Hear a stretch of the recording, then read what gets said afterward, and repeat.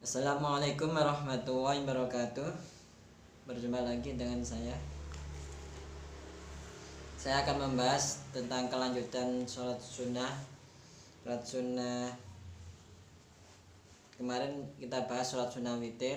Kita lanjutkan pada pembahasan berikutnya, kajian Fathul Mu'in. Kita Fathul Mu'in seperti ini. Kita bahas sekarang sholat sunnah duha, kelanjutan dari sholat sunnah witir yang sebelumnya. Oke, langsung saja. Bismillahirrahmanirrahim.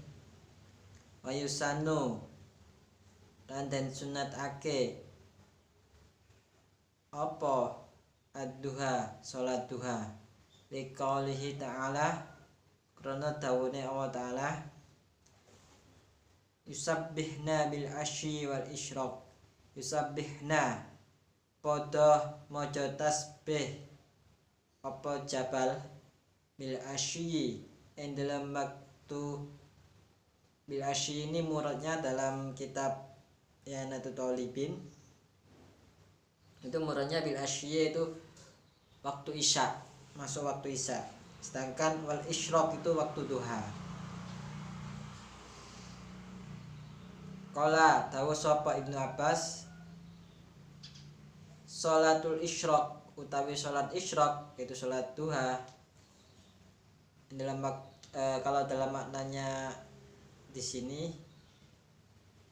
dalam waktu menjurune srengenge. Ini kan makna bahasa Jawa. Waktu saya mondok di Lirboyo dimanen seperti ini. Sholatul isyraq utawi sholat isyraq atau sholat duha iku sholatud duha, yaitu sholat duha. Rawa ngeriwayatake sapa Syekhoni, Syekh loro itu Imam Bukhari dan Imam Muslim. An Abi Hurairah, saking Abi Hurairah radhiyallahu an, qala dawu sapa Abi Hurairah, ausoni awe wasiat ingsun sapa khalili, Kanjeng Nabi kan dadi kekasih ingsun sallallahu alaihi wasallam, misalasin kalawan telu perkara. Telu perkara itu apa?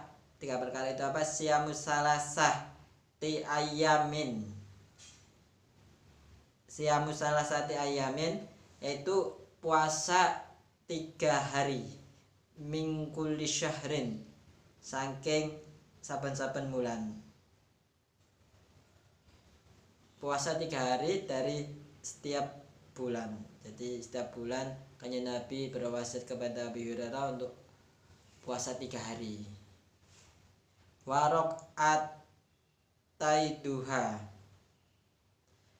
dan 2 rakaat sholat duha. Yang kedua berwasiat untuk melakukan 2 rakaat sholat duha.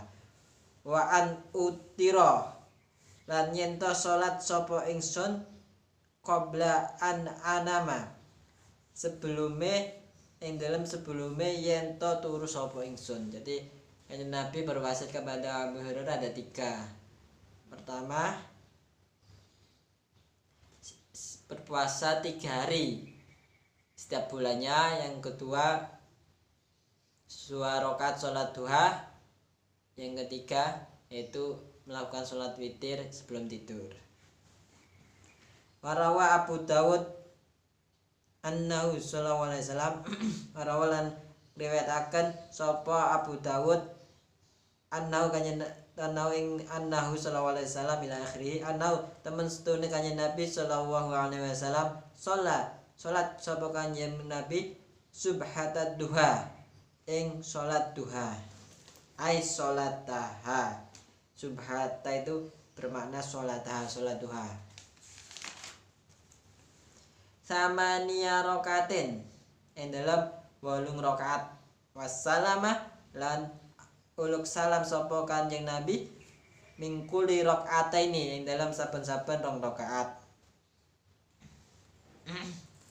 Jadi dalam hadis diriwayatkan Abu Daud bahwasanya Kanjeng Nabi itu sholat duha sebanyak 8 rakaat, dan setiap rakaatnya, setiap dua rakaat beliau memanggil salam. Berarti sholatnya itu 2 rakaat sampai 8 rakaat. Berarti 4 kali salam. Wa aqalluha, lan utawi luwes kedhi paling sedikitnya sholat duha iku rakaataini, 2 rakaat. Paling sedikitnya 2 rakaat. Wa aksaruha, lan luwe akene duha iku samanin, 8 rakaat. Jadi paling sedikitnya duha itu 2 rakaat dan paling banyaknya itu 8 rakaat. Ini dalam redaksi kitab Fathul Mu'in. Nanti ada dijelaskan ada penambahan sampai 12 rakaat. Kama fitah kiki wal majmu', kaya dawuh seperti hanya di dalam kitab tahqiq dan kitab majmu'. Wa alaihi al-aktsarun, lan iku ing atase saman, maksudnya melakukan 8 rakaat iku al-aktsarun, ulama-ulama yang berpendapat yang banyak. Ulama pada banyaknya itu ulama salafus saleh kaum umumnya itu berpendapat kalau sholat duha itu maksimal 8 rakaat, paling sedikitnya 2 rakaat, paling banyaknya 8 rakaat.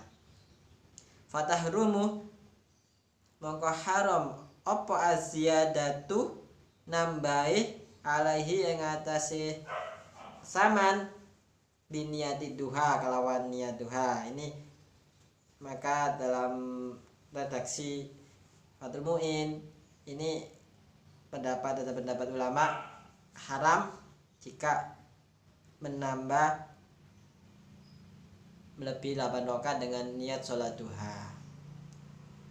Wa ya afdaluha alama fi rauda, wa utawi saman iku afdaluha ale utamane duha alama yang atase dawuh fi rauda dalam kitab rauda. Jadi 8 rakaat itu sudah paling utamanya sholat duha di dalam kitab rauda. Wa asluha, lantawi asale roda, penjelasan yang ada di roda itu dijelaskan juga faya jusu mongko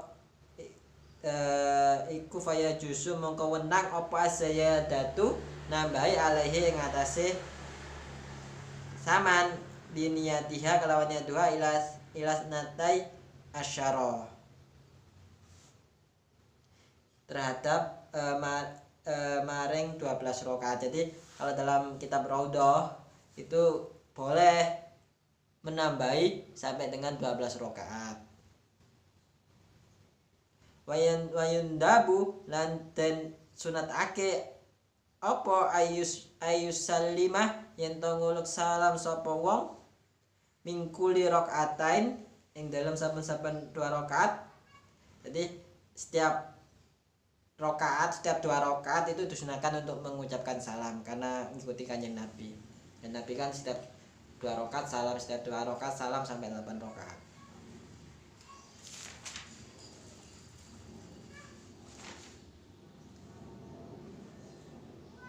Waktuha, sedangkan waktunya duha ini dijelaskan waktu sholat duha iku min irtifa'is syamsi, itu waktunya itu saking dadi munggahe srengenge qadra rumhin ila zawal, kalawan kira-kira sak tombak ila zawal, sampai srengengenya tergelincir. Jadi waktunya sholat duha itu naiknya matahari sekira 1 tombak. Jadi naiknya matahari sekira 1 tombak. Biasa kalau sekarang kan gampang kan ya, mengikut melihat jadwal sholat di HP gitu kan, di Google jadwal sholat duha itu sudah muncul jam berapa. Tapi patokannya itu emang secara asalnya sebelum menentukan jadwal sholat itu kan ada patokannya melalui matahari, yaitu mataharinya itu tingginya itu sekira tingginya tombak, itu sudah masuk waktunya duha. Wal ikhtiyaru dan perkara yang dipilih dawu yang dipilih iku fi'luha ngelakukan duha indah mudiyir rub'in nahri indah mudiyir rub'in nahri di dalam seperempatnya matahari, seperempatnya siang. Dalam lewati seperempatnya siang. Li hadisin sohihin krona hadis sohihin kang sohe fihi ing dalam ikhtiar. Jadi sholat duha itu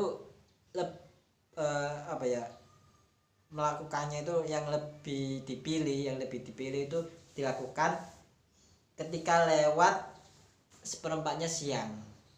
Jadi seperempatnya siang lewat itu kan, kalau seperempatnya siang itu kan mulai dari pagi sampai siang itu kan nanti dibagi seperempat.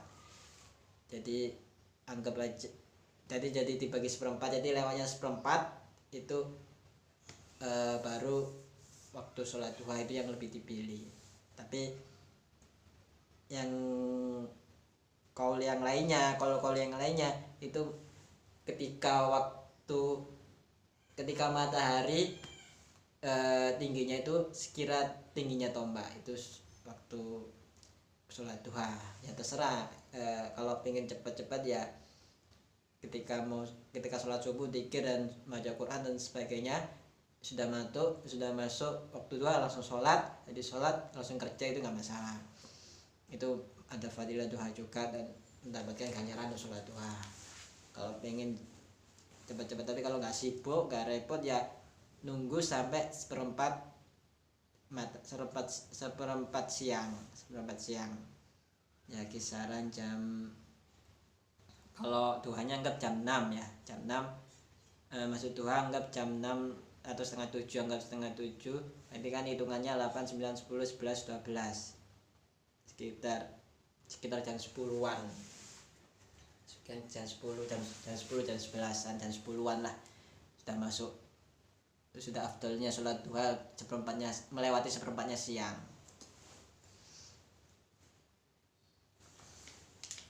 Lanjut.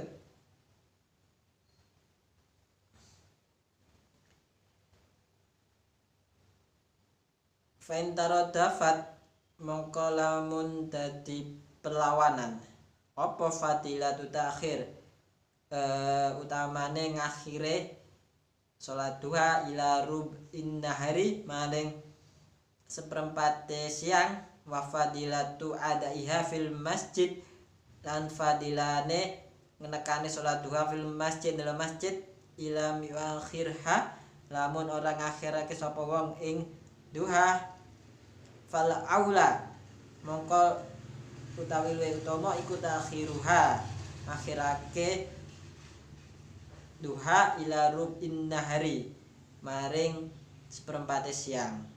Wa in fatah bihi fi'luha, wa in fatah senajan pot atau senajan lewat bihi kalawan takhir apa fi'luha nglakokake duha fil masjid dalam masjid. Jadi di sini dijelaskan fa in taradafat fadilatu ta'khir ila rubin nahri wa fadilatu adaiha fil masjid ila miwakhirha. Ini di sini dijelaskan apabila ada pertentangan antara mengakhirkan sholat duha sampai melewati seperempat siang ya. Melakukan sholat duha sampai seperempat siang sekitar jam 10-an, jam 9, jam 10-an sampai waktu duhur itu kan seperempatnya siang kan. Melakukan seperti itu seperempatnya siang, ada perlawanan melakukan seperempatnya siang dengan fadilahnya melakukannya di dalam masjid.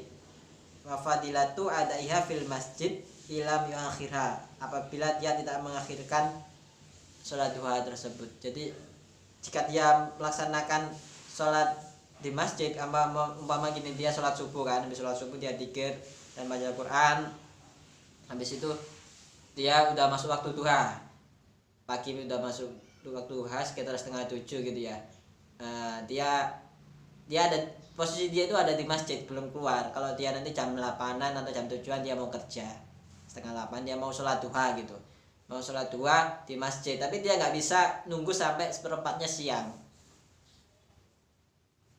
Terus itu lebih utama mana, dia melaksanakannya di masjid sholat duha atau dia menunggu sampai atau dia melaksanakannya di tempat lain di waktu seperempatnya siang, melewati seperempatnya siang, itu lebih utama. Karena jam 7, anggap jam 7 dia kerja, habis kerja dia di kantor, dia ada musola, dia bisa melaksanakan sholat duha di kantornya atau di tempat kerjanya bisa. Itu lebih utama mana. Kalau dia ngerjakan di tempat di kantornya itu bisa waktunya itu bisa seperempat siang, bisa sholat duha di waktu seperempat siang, tapi dia nggak bisa melakukannya di masjid karena di kantornya nggak ada masjid, cuma ada musola. Tapi kalau dia melakukannya di masjid, dia nggak bisa masuk ke waktu seperempat siang, bisanya pagi aja. Karena apa, dia kerja, dia berangkat berangkat jam 7 atau setengah 8. Berarti lebih utama mana? Sini dijelaskan fal aula mongkole utama iku takhiruha, ngakhirake duha ila rubin nahari, maring seperempatnya siang. Jadi lebih utamanya yaitu mengakhirkan sholat duha sampai masuk waktu seperempat siang. Jadi ya dia kerja aja nggak apa-apa, habis sholat di masjid kan, sampai sholat subuh dikir ngajukan sebagainya, dia mau pulang aja nggak apa-apa. Nanti dia masuk waktu sholat seperempat siang, kita jam 9 jam 10-an, itu dia melaksanakannya di kantor, di musola kantor, karena mungkin ya diizinkan kalau ada yang mau melaksanakan sholat duha silakan, mama di kantornya boleh, nggak masalah. Atau dia dia swasta jaga toko, jam 9-10 dia mau sholat duha ditutup bentar untuk sholat duha, itu juga nggak masalah. Lebih utama melaksanakannya jam seperempat siang daripada dia melaksanakannya di masjid. Alasannya di sini jelaskan. Li'anal fadilatal muta'alaqah bil waqti. Li'anal fadilata karena stune kautamane al mu'allaqata kang dadi tergantung kang muta'alaq atau yang menggantungkan bil waqti kelawan waktu iku aula luwih utama bil muraati kalawan reksa minal muta'allaqati saking yang menggantungkan atau saking perkara kang